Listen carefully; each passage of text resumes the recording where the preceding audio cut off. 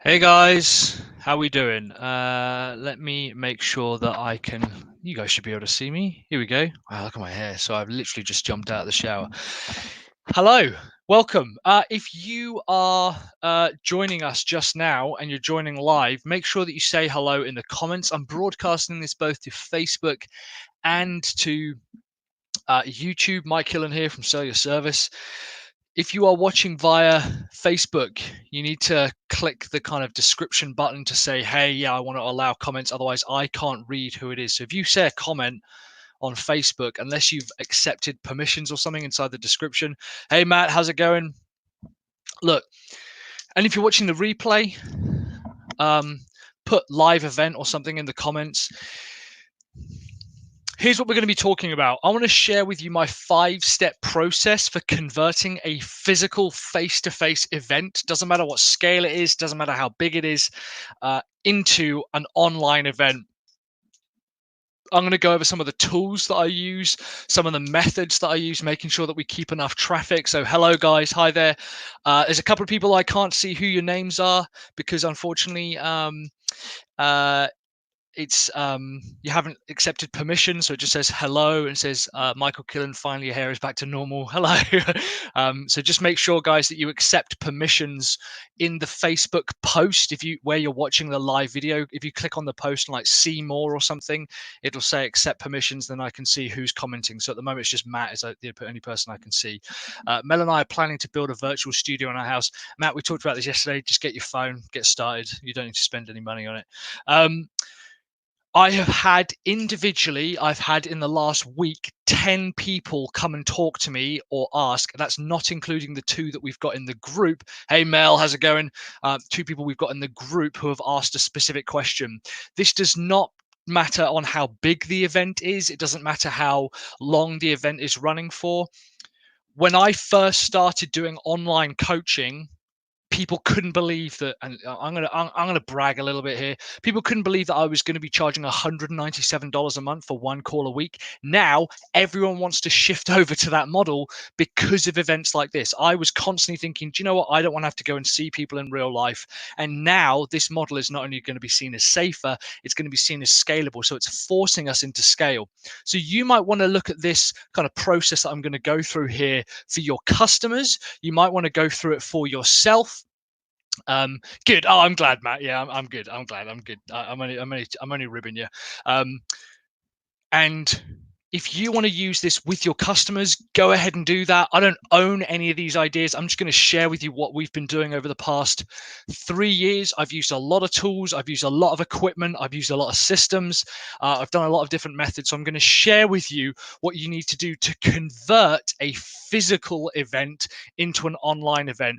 It doesn't matter if you've got 500 people attending. It doesn't matter if you're doing this for like 8-person classes.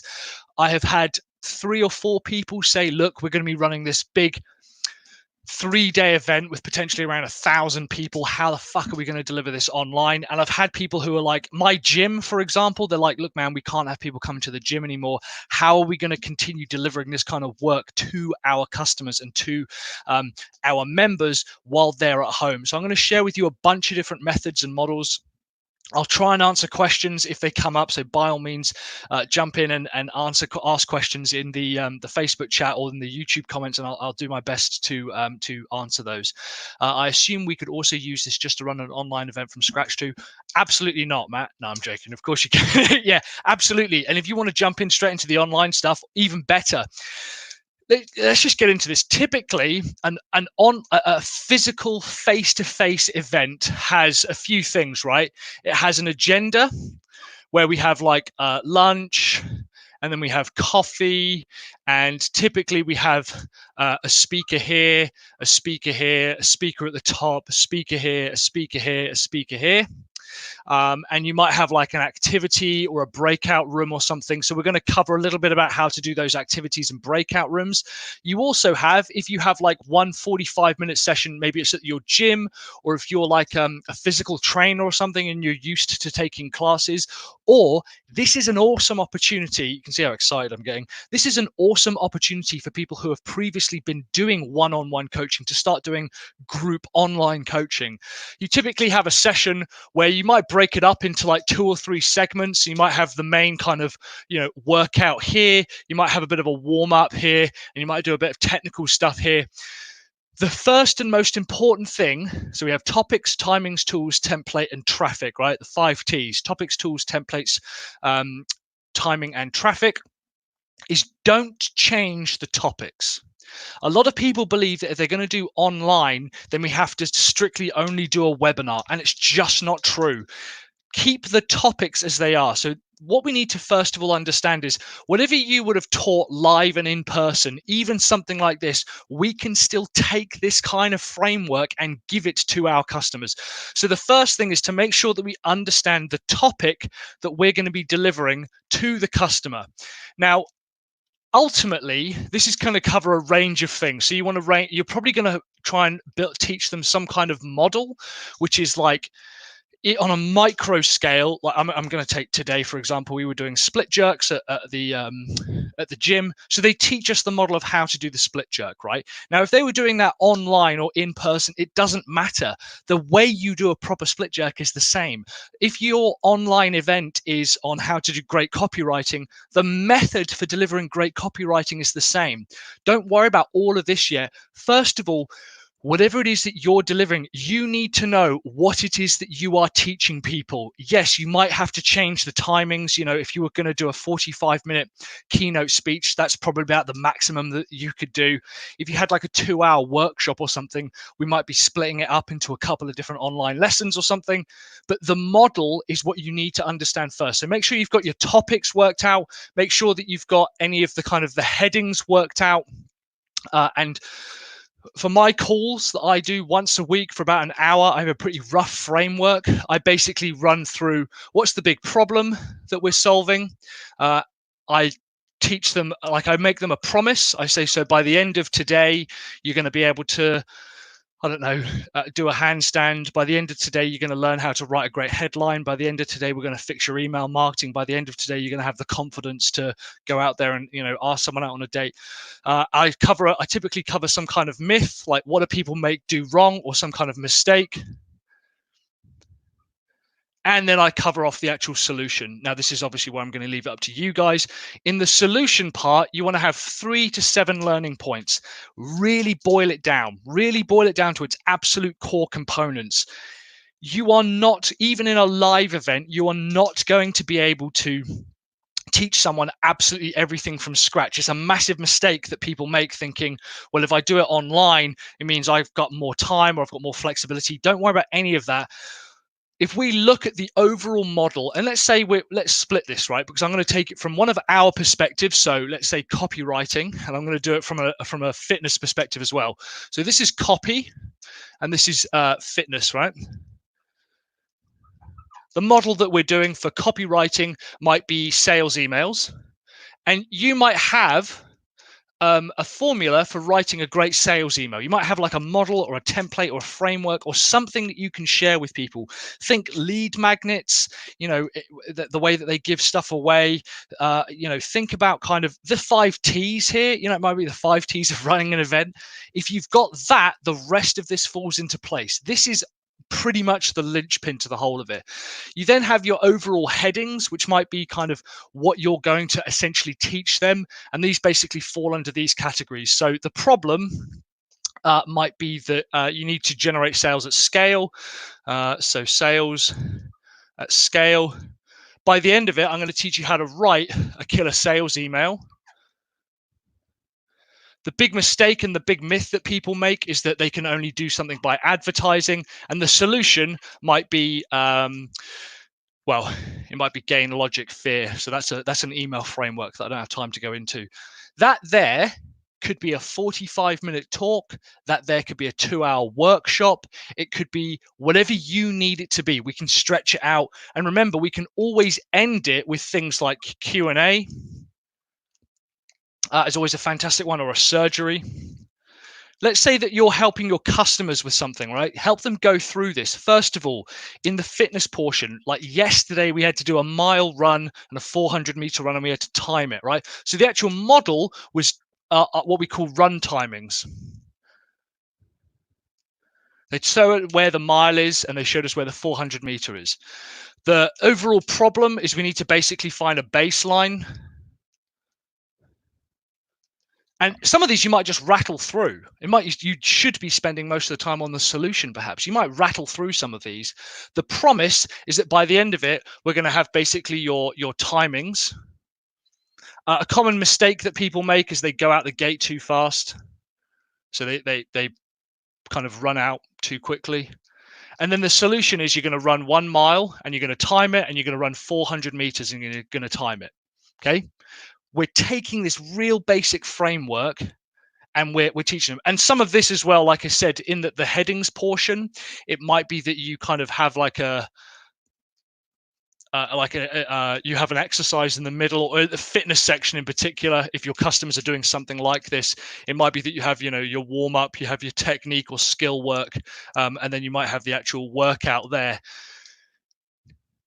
My advice would be, don't worry about this too much. Just make sure that you've got the model that you want to deliver online. The beautiful thing about the world we live in now is that the models that we develop and the models that we create are the things that we can push out.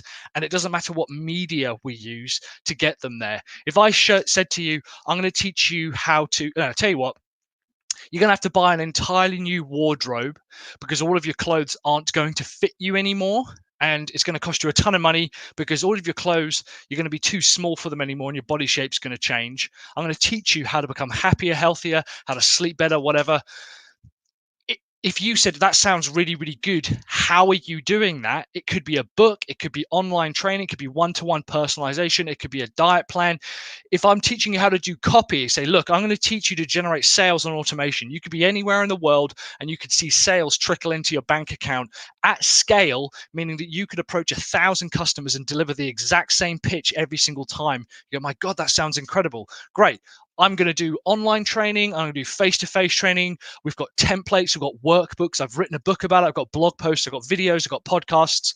The media in which we deliver the model is irrelevant. We happen to be choosing an online scalable version, an online scalable media to deliver the model. What people do is they focus on the tools and the template too much without, first of all, worrying about the topics. The model and the overall framework that you deliver should be paramount first. That should be your absolute number one priority before you figure out anything else. Cool.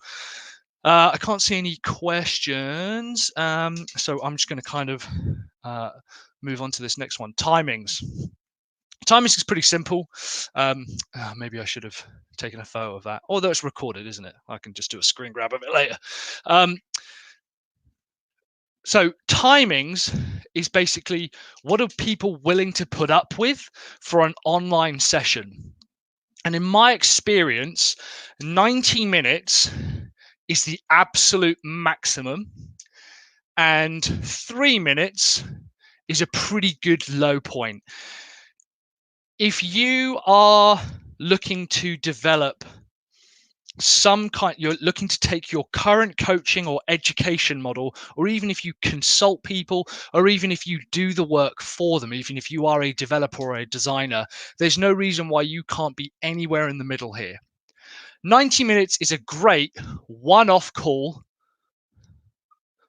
and you could probably do that one time per month, maybe twice per month. Right? 90 minutes is a fairly sizable investment. My coaching calls sit at around 60 minutes, and those are around once a week. 45 minutes is pretty good if you're doing something once per day. And anything under that, you could do multiple times per day. And remember, we've started with the topic first. So if we have the promise, the problem, the myth, and the solution, and you've got 5 or 6 different solutions, maybe you've got 5 different solutions or 5 steps to the solution. Problem could be one post that's 3 minutes long, or promise could be one post that's 3 minutes long. Problem could be one post. The myth could be one post, and the solution, first one post, second one post, third one post, and so on and so forth. Up to about 45 minutes, you pretty much need to make sure that these are covered off within 5 minutes maximum, absolute maximum, and make sure you're spending the majority of the time on the solution with a little bit of Q&A time in the middle. So this is your problem, promise, myth here. This is the solution. And then we have a little bit of Q&A time there. Similarly, with the 1 hour call as well. So problem, promise, myth, solution, and then a bit of Q&A. Inside this solution piece here, I typically have some kind of material like a worksheet, even if this is just written out on a piece of paper on a Google Doc, and I just give someone the link, and I'll make sure that we have that within that call there. 90 minutes, if I'm going to do a call, once a month or a couple of months or something like this, I will make sure that it's basically split into thirds, 30 minutes a piece. I'll spend about 30 minutes on the problem, promises, the myth, and I'll really go into that and understand. We'll also talk about things like what's trending. We'll do a bit of a knife twist. Like we'll really delve deep into that. We'll spend about 30 minutes on the solution, and then we spend 30 minutes on the next steps. So this is giving people activities to do. In a sales webinar, this 30 minutes is basically sales. So I'll be selling and closing people, taking them through the product, going through testimonials. If it's a training webinar, I'll be talking through the worksheet. I'll be talking through the exercise. I will essentially be repeating the solution stage, but using the worksheet in front of me. I might say, okay, over the next 30 minutes, I want you to all write down your ideas. I'm going to stand here and just answer questions. Again, online, that sounds insane because you're kind of just sat there in silence. But realistically, this works really, really well. Let's say, so this here is perfect for people who are looking to scale out things like fitness, gyms, cooking, meditation. Anything to do with health is a pretty good one. Maybe you're doing a day, maybe, what's some other things that people do daily? Cooking, drinking. This is also quite a good one here. We've seen this for like what we call coffee health. It's actually nothing to do with coffee. It's to do with mental health. So just having a 45-minute open session, and we'll just say right at the start, okay, today, guys, I want us to walk away with an idea on a best book that we could read. The problem is that we want to make sure that we're safe or healthy or whatever. I think there's a bit of a misconception that there's no books that really cover that off. Who here has got some ideas for some books that we could read? And we just have that as an open session. Remember, look how far down tools is. Okay, tools is number 3. People always jump to the tools first, but in fact, the topics and the timings are the most important. Now, I said that we were going to talk about how we're going to scale this out. Daily drinking webinars might not be so good for the liver. No judgment, dude. Like if people want to go for that, technically, because this is the weird thing, right?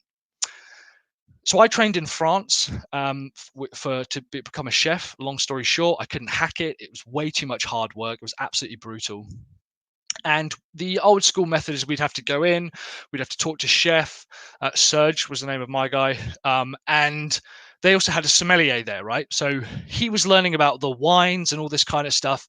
Now, there's no reason why the wine can't be delivered to their house and they do the whole process online. There's no reason apart from snobbery. And we are seeing now that businesses who refused to get on the scalable bandwagon and start scaling out their training and their methods like this are massively falling behind, because I guarantee you that there will be an online sommelier school that will deliver the wine to you and teach you everything you need to do, as well as everything else. If you look at companies like HelloFresh, they're delivering that content to you. They're worried about the topics first, how I'm going to teach you to create a fantastic chicken pasta. They're worried about the timings, so they get all the timings worked out, and then they figure out the tools next, and that's where they come into scale. So this here is your more daily, weekly stuff. I now want to talk really briefly about the large scale, like 500 person event stuff. Coaching, again, weekly coaching, if you've got a regular coaching session, and 90 minutes for your sales webinars, your one-off trainings once or twice a month, that kind of stuff. Any questions so far regarding any of this stuff? So right that you need to think about what you're saying and why you're saying before you have the tools to decide on how. Couldn't agree with you more. Unfortunately, I can't see who you are because you haven't accepted the little comment on Facebook, but again, thank you so much for agreeing with me. So you can speak French. Petit, I basically learned how to swear and order food in France. I learned in Lyon. Emily. Cool. Hey, Pete, Everett. Yeah, thank you very much. Good. I'm glad you're good with me. So timings, done. Right, let's look at tools. Oh, no, sorry. First of all, I wanted to look at a big 500 person event. So I've had a few people, I think we've had a few people talking about the range of about 500 to 1,000 over 3 days. So the first thing you want to understand is that you have 3 fucking huge differences in the types of person that you're going to be dealing with. So you have your audience here, you have the speakers, and you have the organizers. All of these 3 people are going to want something slightly different. I've run out of ink on this one. That's better. Organizers. We have our speakers. Guys, I'm kind of doing this as we go, so apologies if it's not as cut or slick as some of my other videos. He says, thinking that his other videos are slick and well put together. Now, these guys all want something slightly different. Organizers want an easy life and they want traffic. Speakers want exposure and no technical problems that make them look like idiots. And audience want to be able to easily consume the content and come back to it if necessary. Ah, Pete, you like to lurk? Yeah, I can see that. Right, so these guys have all got different individual individual wants, right? If we were going to do something over 3 days, I would still run it with the same basic timings that I would run a physical face-to-face event. I'd have my keynote here and I'd give them 90 minutes. I'd expect them to talk for 45 to an hour and then enough time for Q&A and then a break. And we make sure that there is a break, okay? I'm going to talk about in tools how to set up either an individual call per day or per topic, per speech, or if we just keep it going in one long stream, which can work. We then might have another speaker, which might be a 45-minute slot, but we might give them an hour, and then we might have another one for 60 minutes or 45 minutes with a little break in between. These little breaks here are really important for a variety of reasons. First of all, in the past, when I used to work with Symantec, I have run one long online day event, and it was only by about halfway through that anyone had the idea to tell me that the sound wasn't working or whatever it is. So there was a ton of reasons why the whole thing fell apart. Typically, if we're starting at 9, we then have, what does that bring us up to? That's 10, that's 11, that's 12, then that's 1, that's 2, that's 3, that's 4, that's 5. You're still going to want to give people time for lunch. You're going to want to give people time for breaks. You're going to want to give people time to go and get a coffee. You're going to want time to give people to go and get a drink for refreshments. Exactly the same as previously. You still keep the timings as they are. Now, some tracks, and you would just repeat this day after day, right? It doesn't matter how many days you run this for. Schools are going to have to learn to adopt this kind of model. And again, I'm going to go over some of the tools of how we can do this relatively easily. The number one thing that you need to understand is that ease of use for the speaker and for the audience is categorically the most important part. The audience is going to want recordings, right? And that's fine. And they can, and a lot of the tools I'm going to give you are going to be able to get them recordings. But the number one thing is ease of view. Is it easy to remember the numbers and to make sure that they can come in? Zoom is a fantastic tool. It has a pretty basic kind of framework, and like the paid version doesn't really have a limit. It does have a limit, but it doesn't really have a limit. You could technically run it all day. But if you forget to turn the password off, or if people lose the link, or you do an individual link for every single call, it's going to be a goddamn nightmare, right? The number one point is make sure it's easy for the audience to view. And the second point is make sure that it is easy for the speaker to to give their content. Nothing is more infuriating when you are a speaker, you don't know the software setup, you don't know the system setup. The organizer has taken care of all of that. And for whatever reason, everyone in the chat is saying, oh, I can't hear you. I can assure you it happens all the time. And it really infuriates me when I'm asked to talk and they go, oh, the speaker, we can't hear you. I'm like, all of my stuff is good, but I can't tell what's going on, right? So make sure that it's easy to talk and ease of value. Recordings are useful, but they are not the primary. I can assure you that while people might think they want recordings, they want to hear it when they turn up to it first. That's like paramount. Organizers, unfortunately, you're kind of less important. Your job is to basically give yourself as an easy life as possible. And the way you do that is make it easy for people to talk and easy for people to view. Keep the timings roughly the same, give people plenty of space in between, and make sure you give people a break. I personally believe that of the two tools that I'm going to recommend, one of them being a Facebook group and one of them being a Zoom call set up specifically as a webinar, which I cannot stress enough, and keeping it as one link for the day. One link for the day, one link for Facebook Live. Don't do the same thing. Don't multiple broadcast. Don't broadcast to multiple destinations at once. Don't do any of that shit. I'm going to talk about tools. I'm currently using StreamYard. So if I was doing this and I had to convert something personally, I would set up as a group. We'll talk about tools in a minute, but have one thing for everyone to go to. Don't switch it up. Don't have multiple links for multiple webinars or any of that kind of stuff. Don't worry about any of that. You can become more sophisticated. Online summits now are getting very good at having, www.speakersummit.com/Mike Killen. And you go there and my call is embedded and all this kind of stuff. And I run it via Zoom, but it's on there. Don't worry about any of that for the time being. If this is your first attempt at converting any kind of live face-to-face event into an online event, keep it hyper simple. Keep your timings roughly the same, give people breaks and talk to them and say, cool, thanks very much, Mike, for giving us a conversation there and having a talk about how to be a sex machine. And we are going to now take a 45-minute break. We're going to have a holding page up on screen here. Just come back in 45 minutes, which is 1:30 UK time.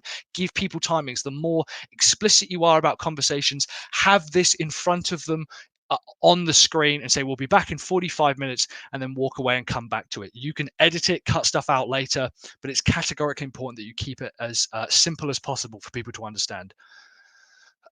It'll have an automatic replay. Yeah. I'm missing this. Are you reposting? 100%. I'm currently recording this on a couple of different machines. So yes, I will absolutely repost this. Cool. So that's our timings done. Any questions about timings? It's so hard to focus for those extended lengths of time. Yes, when you're consuming content. Unfortunately, not every presenter is fully engaging, and sometimes you need to come back and watch a replay. Matt, I completely agree with you. That's a really good point. I have just found people in the past have tried to focus on getting the recordings done, and it's made it easy to talk harder. Typically, if you use the templates or the tools that I'm going to give you, it should take care of that part automatically. I think this used to be a lot harder, and that people have kind of caught up with what you're saying. But my advice would be make sure it's easy to do it there and then, and next time make sure that you can get the recordings done. Cool, so that's our timings done. Let's talk about tools. Right. So there's a variety of different tools we can use here and a variety of different budgets. The number one priority for all of the tools is ease of viewing. There's a lot of tool companies out there and a lot of online companies talking about how their platform is the best and whatever, blah, blah, blah. But the reality is the absolute paramount thing is to make it easy for your customers. One of our guys coming in, who's asked me for some help, is their wife runs a yoga studio, and a lot of her yoga clients are kind of 60 plus, 70 plus, 80 plus. They are relatively aware of what an iPad is, but if I said, hey, this is a Zoom link, it's going to be sent into your email, just hit the button and open it up, that's like a foreign language to them. And we take for granted, if we do this every day, just how overwhelming some of this stuff can be. I know that I get frustrated when Zoom updates and all of a sudden I can't find any of my buttons. If I gave that to my, well, she's 92, my grandmother. If I gave that to my 92-year-old grandmother, she'd go, well, I don't need this. But the reality is that there is a huge shift in what is our live face-to-face interaction is being moved online, and we have to be accommodating of that. So first of all, let's not take for granted that everyone's got Facebook. It's a very, very good option. It's a very good tool. It's a free tool basically to do. Make sure everything's easy, but they have to have a Facebook account. You can't take for granted that people have got a Facebook account. The other option that I'm going to talk about is Zoom and using Zoom as a link, which would probably be my favorite version. And then I'm also going to talk a little bit about Whereby and StreamYard and these kind of few processes, and hopefully we'll find something in the middle. So the freest version that I know would be to use Facebook Live. You set up a private group.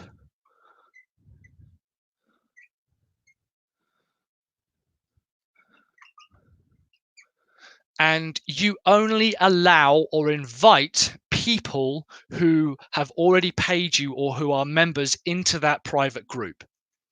So, for example, this would be really good for gyms, fitness, cookery, people who are paying you a subscription or people who have paid you like a one-off fee to be part of like a one-off training event or something. Put it into set up a private group and then run a Facebook Live video. The beautiful thing about this is you can do it from your phone or you can do it from your browser. This will put the video inside the group, and everyone who is just on Facebook already can see that. It's exactly what we're doing now. But let's say that I had to create an event that was like private and people had to pay. I would just manually add those people in, make sure they're in one place. I'd have a pinned post right at the top with all my timings.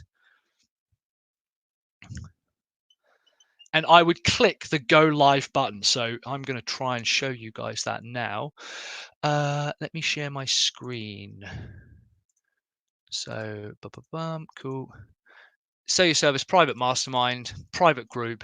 Right here at the top, I've got live video. I hit that. This has got their production channel now. Here we are.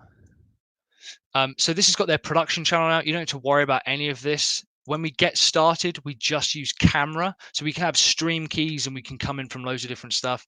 We're just going to hit camera. I'm not sure this is going to work because I'm currently using the camera elsewhere. The microphone, we're going to set as whatever microphone we want. The camera is whatever camera you've got. Don't worry about any of that. You scroll up and it basically says go live. The video title over here on the left hand side is what we want to call the post. So it might be that just it's the date, it might be say, well, it's Thursday the 19th and today we're doing our run test, or it's Thursday the 19th and this is online copywriting, and you want to then hit go live at the bottom left here. And then that is broadcasting inside and it will save the video. You can also kind of download the video, but it's not as easy. Only question I have is about what time machine you're using between 9 and 12 on the board. Time warps, mate. It's all about time warps. Cool. Let's stop sharing that. So that's one of the easiest ways. The pros for this is that it's free. It's also very easy to do. They have made it easier to do. However, they have to have a Facebook account, which means to me personally, not as easy. And if you are against Facebook, or if your customers don't want Facebook, then that's going to be a bit of a problem. Okay. So next up we have Zoom. Now I'm a huge fan of Zoom, and I'm going to be talking about a few other tools. So let's get this out. Zoom basically gives you a URL, right? commonly called a link, and it looks something like this: https://zoom.us/1fj underscore 2xy, something like that, right? It's garbled nonsense at the end. And again, you and I might go, well, yeah, obviously that's a link, right? To a lot of our customers, I guarantee you, even if I gave this to my mother, she'd be like, but it seems to be like a lot of like nonsense letters and stuff at the end. Is that what I need to go to? They're used to, and I'm not trying to be patronizing. I'm trying to show people that we're now taking for granted just the interaction before we interpret the message. johnlewis.com/chairs/outdoors/ Lloyd Loom 0111. That makes sense to some people. They'll read that and they'll go, oh, okay, I understand this. It's to do with John Lewis and Loom. This here might jump out and people might go, I've got no idea what I'm supposed to be doing and clicking on. Don't use the usual standard, you're being invited to this Zoom link for a call. Please use these numbers, blah, blah, blah. Rewrite them and make it as easy as possible. Say to them, going to open up your email. I want you to click this link. It looks like nonsense, but just click the link and that's where the call is going to be. You're going to tell them it's going to start at 10 a.m. If you go before 10 a.m., nothing is going to happen. It's just going to wait for you to come in. You're going to set it up as a webinar.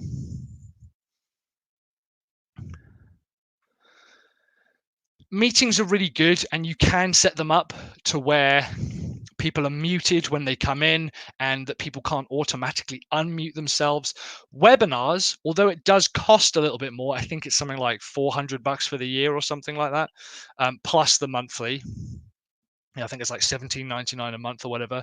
You can have, I believe, it's 100 people on a call who can interact, but it's closer to 1,000 people watching. Chances are you're going to have maybe 100 people maximum on the call each time. But if you're doing a big event, Zoom might be the easiest way to do it. The reason I like Zoom is because the way it handles, it's designed to convert these meetings and events onto scalable online digital content. Some of the massive pros is that it doesn't require anything special. It's literally just a link and people can use it via their email. You can also live stream it to different platforms. You can live stream it to either Facebook or YouTube. The disadvantage is that the mobile experience isn't brilliant. I am still struggling with using my mobile phone to do a full Zoom call, kind of like I'm doing now, but this is obviously via a webcam. Whereas Facebook is really easy to do with just your phone. You wouldn't need to do anything special. You could literally set a phone up on a tripod and say, cool, hey guys, today we're going to be doing whatever it is and having a conversation with people and still interacting with the comments. Zoom, it has got that, but it's not great, to be honest. Zoom itself only does recordings, I think, in 720p maximum, which if you're only recording it and you think, well, I just want to give it out, maybe that's not such a big deal. Their screen sharing is really good. There's a reason it costs $400. It is very good. I use it non-stop. I use it a bunch of times every single week. If this is something you're going to be moving into more frequently, then Zoom is definitely a place for you to start looking at. I want to talk about a couple of good middle grounds. A lot of older internet users are used to going to Google even when they know the site they're going to, yet very easy for them to get lost with a random link. Completely agree, Matt. It's a really good point. And we have to really, really understand that it's not their fault, right? We've just become used to it. So I want to talk about a few options in the middle ground here. So that's Zoom, and that is Facebook Live. I am currently on this call using something called StreamYard. And I fucking love StreamYard. What StreamYard allows me to do is live broadcast to both Facebook and YouTube at the same time. If you go over to my YouTube channel now, you will see the exact same video that everyone in Facebook Live in the Facebook group is seeing. There's a monthly cost. I can't remember what I pay, $25 a month, maybe something like that. But I can see people's comments. I can see people's views. I can see people's things that they want to share. I can share my screen. I can also, now the only problem is, of course, YouTube is like a public forum. The advantage, however, is that I could uh, broadcast it to YouTube and then it stays there, and I could have it privately on Facebook. You can't do it live on Facebook and then automatically publish to YouTube. You have to download it, but it does allow you to download the video. StreamYard is like fast becoming one of my favorite productivity tools. I've got a review on it about on my screen. Mel and I have you on YouTube right now. Hello, Matt and Mel's living room or bedroom or whatever. The advantages of StreamYard is that if you've got people in a Facebook group, great. If you've got people who don't want to use Facebook, they can go to your YouTube link. Chances are, in the scalable online world, you are not, if you're concerned about cost, you're not going to be pirated by tens of thousands of people. If I was a gym, the easiest possible method I could think of would be setting up StreamYard, broadcasting to Facebook and YouTube, doing it live, and then hiding the video afterwards, or having the Facebook video as private. I would also download it anyway for posterity anyway. YouTube, you can set things to private. I haven't quite figured out how to do it in StreamYard, but it means that if someone has a link, they can just go there without having to sign up to anything, because they can just watch it. And presumably you would just put it somewhere and you would give people the link, and you wouldn't necessarily be broadcasting it. If you're hyper paranoid and you say, absolutely not, I only want people who have paid, then fine. Maybe going to Facebook Live might be the easiest thing. Even if I was just doing Facebook Live, I would still use StreamYard anyway. But StreamYard is a really good middle ground for getting both together. The other one, finally, is Whereby. Whereby.com. It used to be called, I can't even remember what it was called now before that. Like Meetup, or no, Go Meet or something. Wow, that's fascinating. It's only been changed a couple of months and I already can't remember it. Whereby.com is like an online meeting room, and mine is just like whereby.com/whatever. So you could have it as whereby.com/traffic, and you can just kind of set that up and do it however you want. And you can then kind of claim that little URL.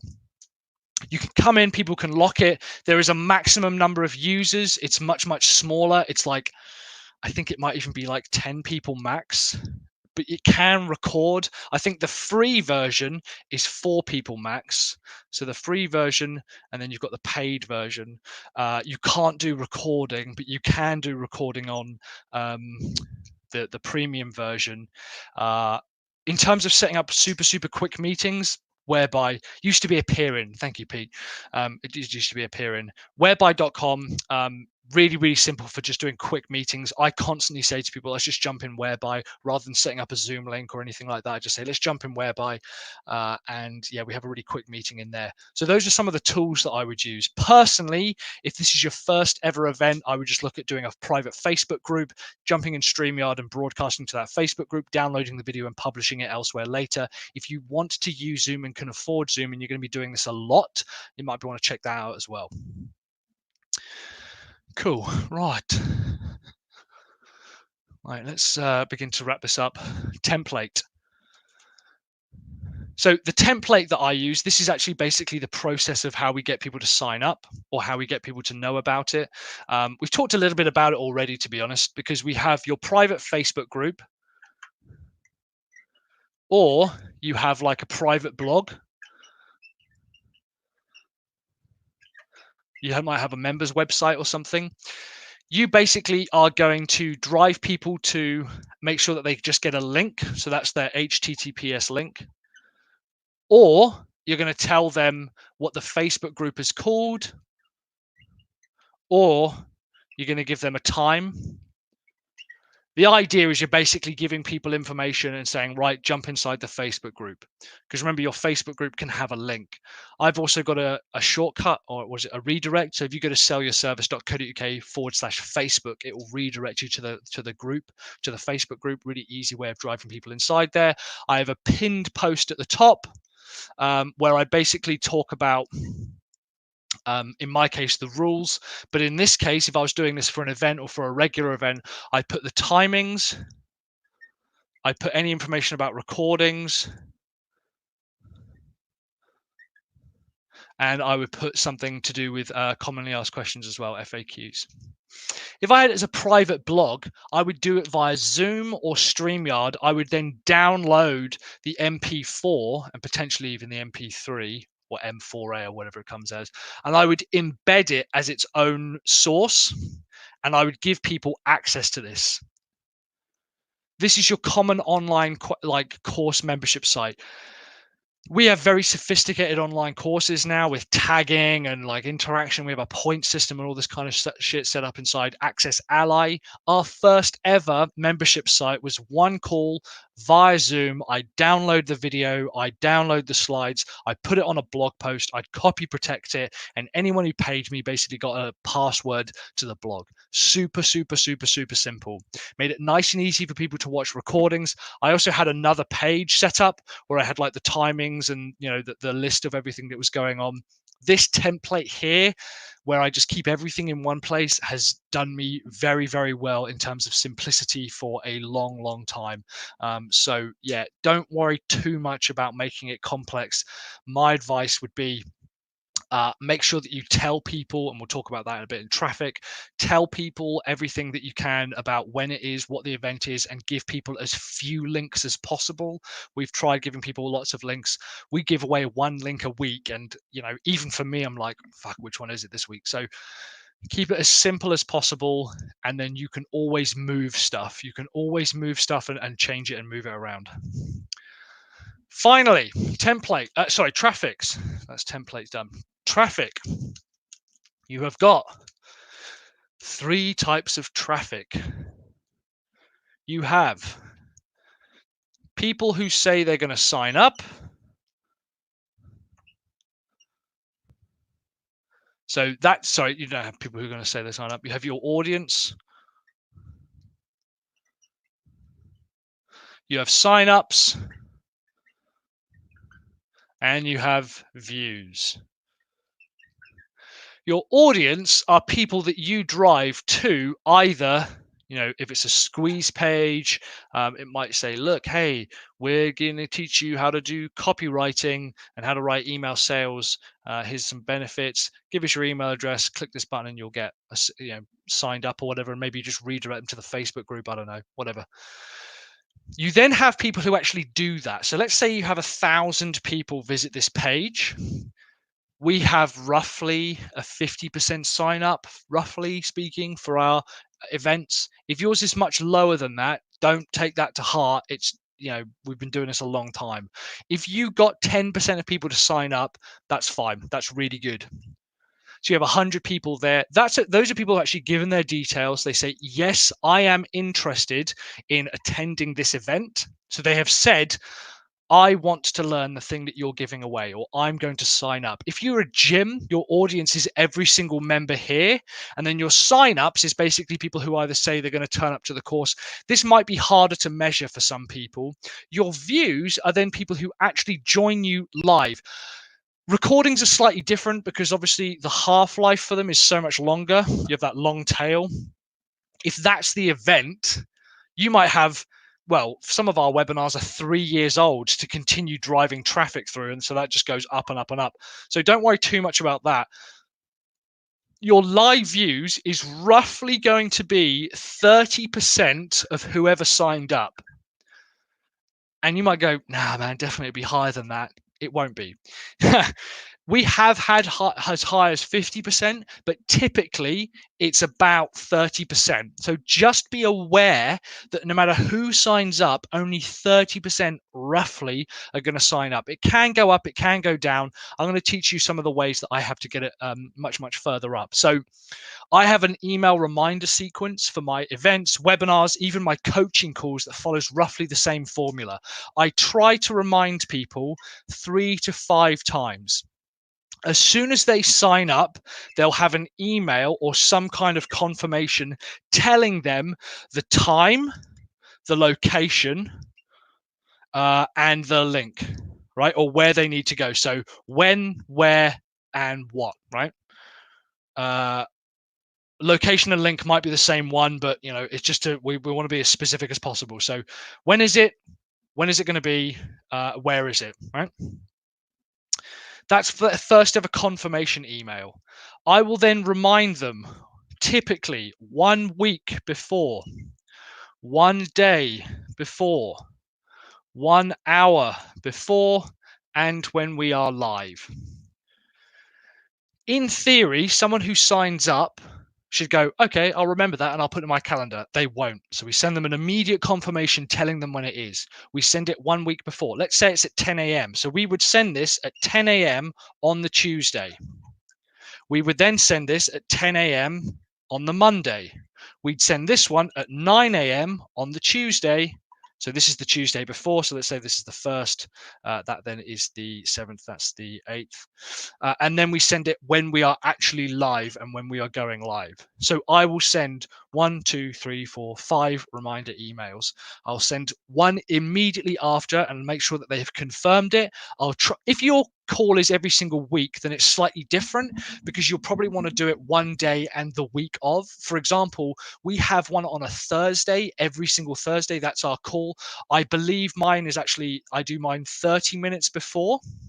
I sometimes do a live one, sometimes I don't. And I do it actually the Monday before. And then that's the Thursday. Because having 1 week, 1 day, 30 minutes on live is kind of a bit overkill for the coaching calls. But if I'm doing one-off events, I'm doing a big live event, or I'm doing like a big 3-day event, or once a month or something, I'd remind them when they sign up. I'd remind them when they, a week before, a day before, an hour before, and when we are live. That's how I make sure that I increase this as much as possible. I don't have time, unfortunately, on this call. We've already been talking 51 minutes for me to go over specifically how I do follow up and how I drive traffic to this. It's pretty simple. I basically run a 5-part, again, sequence, 5-part email sequence or promotional sequence telling people about the event. And I make sure that on the end of every single call, I talk to them and tell them when the next event is. So that's something we build in. Guys, I hope this was useful. I haven't seen many questions come through, so I hope that this has been, good for people to go through. I'm going to upload this to YouTube and put it on just as a video for people to check out and watch. And I'll probably be doing a lot more about this, but this is the basic framework that I use. If people do have questions, please, please, please just ask them in the comments or down in the Facebook area below. This was awesome, mate. Thanks for sharing. You're very welcome, Matt. Thank you very much. Thank you, Emily. Guys, in the meantime, I will see you all later. Thank you so much for hanging out with me for the previous hour. In the meantime, I'll speak to you all later, and coaching call, guys, I will see you in a few hours. Cheers, everyone. Speak to you later. Bye, guys. Bye now.